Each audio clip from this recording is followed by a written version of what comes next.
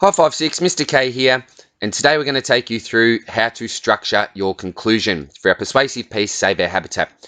So as you can see up the top, there's not a lot to this conclusion, and the good thing is that we don't need to think of any new ideas. We don't need to insert anything that we haven't already talked about in our first and second argument so far.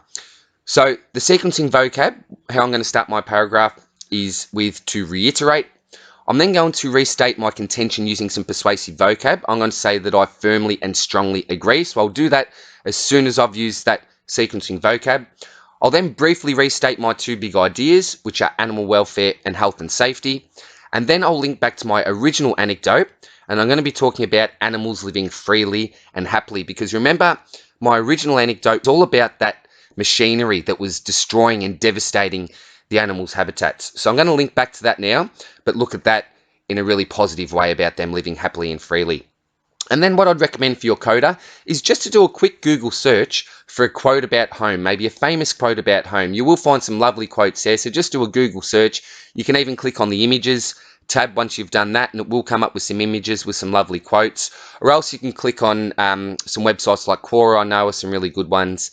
But you will be able to find lots of quotes if you just do a quick Google search. So read out my paragraph and then we'll go down below and I'll show you what I've highlighted. To reiterate, I firmly and strongly believe that habitat destruction needs to be outlawed. Our precious health and safety depends on it. If we continue to allow senseless, ill-minded and unethical people to steal much-needed medicine by gobbling up our environment, families will be left in ruins. Have a heart and put yourself in their shoes for a minute. In addition, don't forget about the catastrophic effects on the welfare of our wildlife.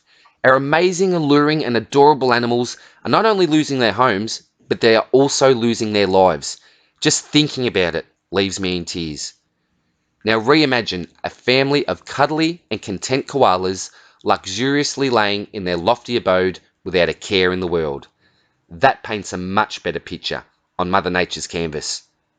There is no place like home.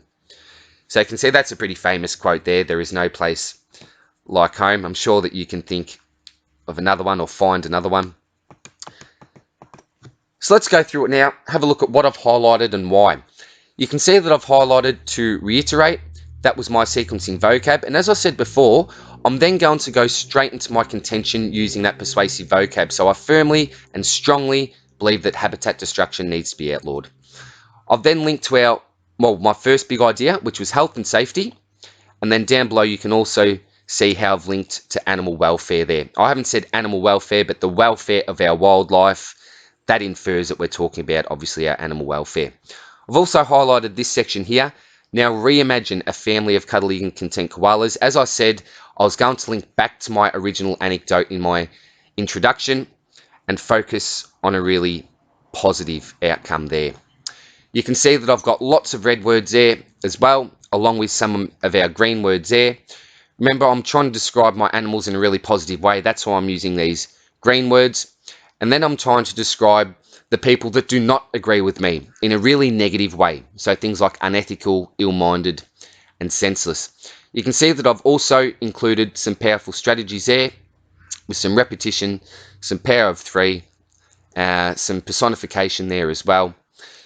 Did I mention alliteration? I think I did.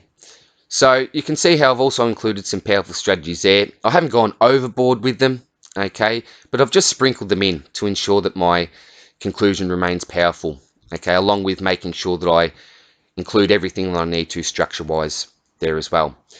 So I hope that helped. Good luck with your conclusion today, and I really look forward to reading all of the completed pieces, hopefully during some stage over the weekend. So take care, hope all is well 5-6, and we'll see you back next week. Bye.